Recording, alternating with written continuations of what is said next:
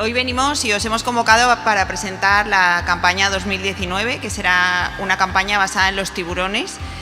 Encaramos este año pues con muy buenas expectativas, no solo por esta importante muestra de lo que tenemos aquí y cómo lo vamos a presentar, sino también por el número de visitas que hemos registrado hasta ahora. Son muy positivas.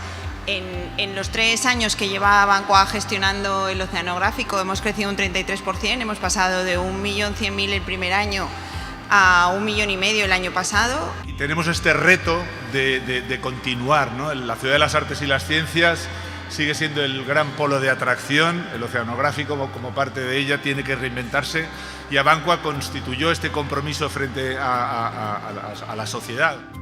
Como en el resto de exposiciones que hemos hecho el año pasado, el anterior y las que haremos en el futuro, esto no solo es un expositorio de animales, sino que pretendemos que se constituya en un elemento de concienciación. Con la campaña que inauguramos hoy queremos acercar aún más a nuestros visitantes a una de las criaturas más fascinantes del océano. No dejan de sorprendernos por su forma de reproducción, su morfología o su forma de alimentación.